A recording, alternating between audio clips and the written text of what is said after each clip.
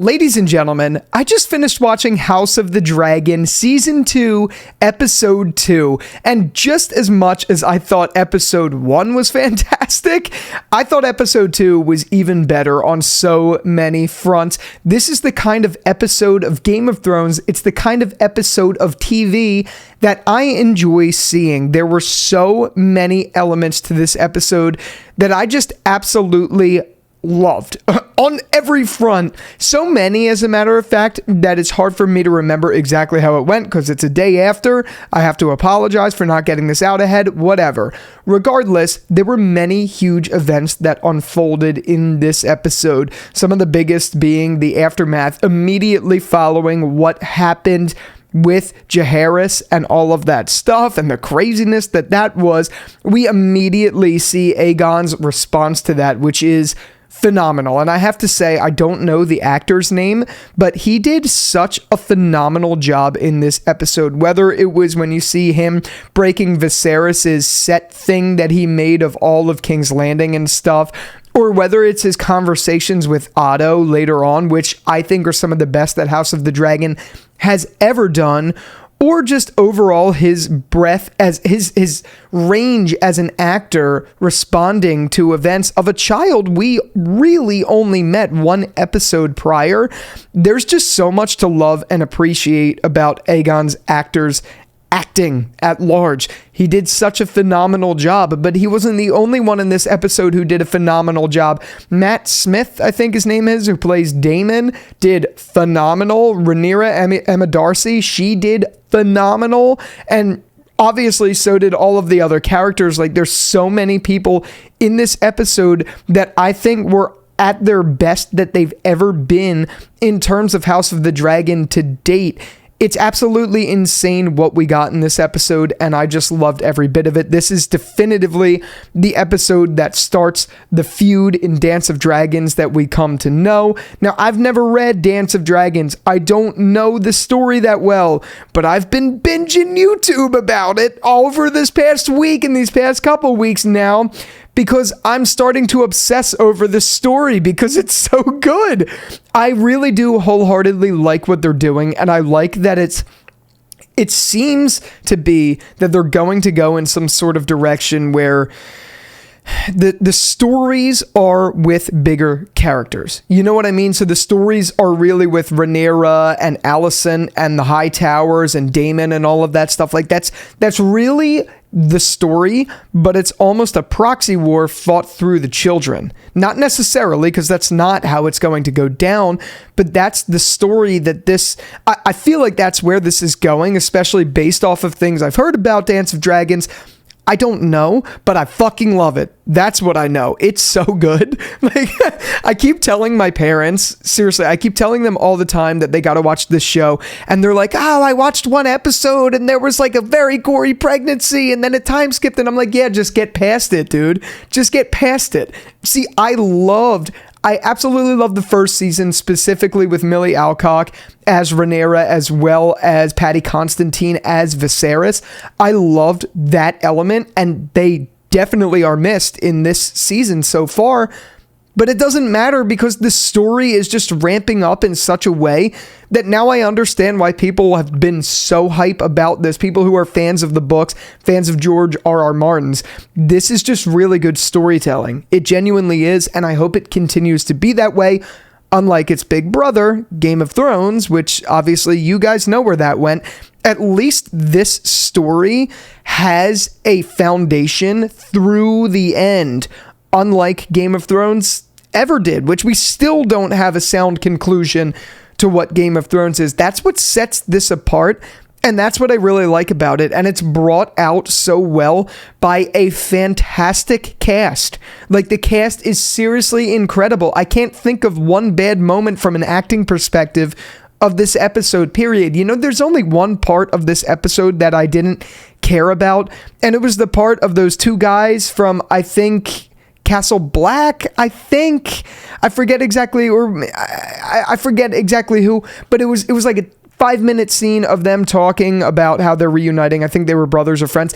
That's the only element of this episode that I didn't care for. And it's not even that I didn't like it. But the point I'm making is that goes to show how strong this episode was through and through. It really was that good. And I know I've spent so far, I don't even know how long I've been recording, but I know I've spent the breadth of this talking about how much I loved it. But this is not really a factor of like every little moment and I'm breaking down everything. I'm giving you my honest feelings. This was phenomenal. I really did. I loved all the bits of dialogue we got from the beginning when it was Rhaenyra and Daemon talking, or even before that when we got the whole funeral section. I think that was before, when we got the whole funeral stuff with Alicent and, of course, all of the characters there and stuff like that. But it wasn't even just those. Daemon's speech with Rhaenyra was, or not speech, their scene was phenomenal. That was great, and their acting was so well done. I would love to know how they rehearsed that, because it felt real and it felt like they gave it a lot of time. They have good camaraderie on set, and I love to see that because it just shows. It really does. The two of them worked so well, and I like that where that left Daemon's story, where Daemon was kind of kicked out in a sense by Rhaenyra, and I like where that could go down the road. And I love the sequence where I love when Daemon is like looking when Rhaenyra's like, who would do this? And Daemon's like, you know what I mean? And you have Rhaenys and Rhaenyra like looking at Daemon like, it's definitely you, dude. I think that's so funny, and I like when shows like this, I mean, obviously there's so much drama here in a serious front, but I like when shows like this give you little chuckles like that where you could still laugh in. You know, the other thing that I still laugh in is it's Aegon on the bed. I'm seeing memes like all over Twitter right now of him and how he looks like Voldemort when he's like all curled up in a ball. Like, I don't know why. I know that has nothing to do and that wasn't even really meant to be funny, but I love Twitter after a Game of Thrones episode. It's not the same. Like, if you go on Twitter and you find The Boys content, or you find The Walking Dead content, or you find any hot show that people talk about, they're all pretty good, but Game of Thrones fans are just on a different level with their stuff, and they always have been. I remember like season 8 of Game of Thrones, even though that season sucked, the memes on Twitter were the funniest thing ever. They were so great, and I'm glad they're carrying that spirit into this show, and I'm glad there's a devout fan base for this show just as much. Like, I'm glad it's working. But to kind of bring it back in, because I'm going off on a tangent, the Daemon and Rhaenyra stuff was great. The Alicent and I think it was the Alicent and Otto stuff, but that was later in the episode. That was great. But the best part of this episode, by far, was Aegon and Otto's conversation. That was some of the best acting I've seen, especially when you look at a character like Aegon, who we really didn't get too much of last season, like we did, but not a lot. Here we're coming out like fully swinging with Aegon and what happens when he's a ruler who first, he didn't want it. Now he has it and he's learning to do all the ruler sort of things, but he's got to do it his way. So it's kind of like, now I'm drawing a blank, Joffrey. It's kind of like Joffrey, but not as bad as Joffrey, because like, I kind of feel for Aegon and I kind of understand what's going on there. And I think that's objectively one of the things I like the most about this show, is that it does that stuff really, really well. Like, we just kind of started seeing Aegon and now he's just great. Like, I love watching him and I sympathize with him. And the reason I bring it up is this show does, I lost train of thought. This show does a great job of sympathizing or making you feel sympathy for both sides, which from what I understand is unlike Dance of Dragons, like the actual books or whatever it is, the publications for it. Apparently in those, Rhaenyra was just seen as like the bad, from what I've heard. I don't know how true that is. You can let me know in the comments. But I like how here, I feel Rhaenyra's side, I feel the Hightower side, and I feel all of them together. Like, not just the Hightowers. Like, I mean, I feel like the Greens and the Reds or whatever. I feel their sides, and I get it. And there's no clear answer. And it feels like they're leaning more in this direction of it's kind of going to be a proxy war for the children. Like, that's genuinely where I feel like this is going, and I love it. But back, last point, I know I'm going off on tangents.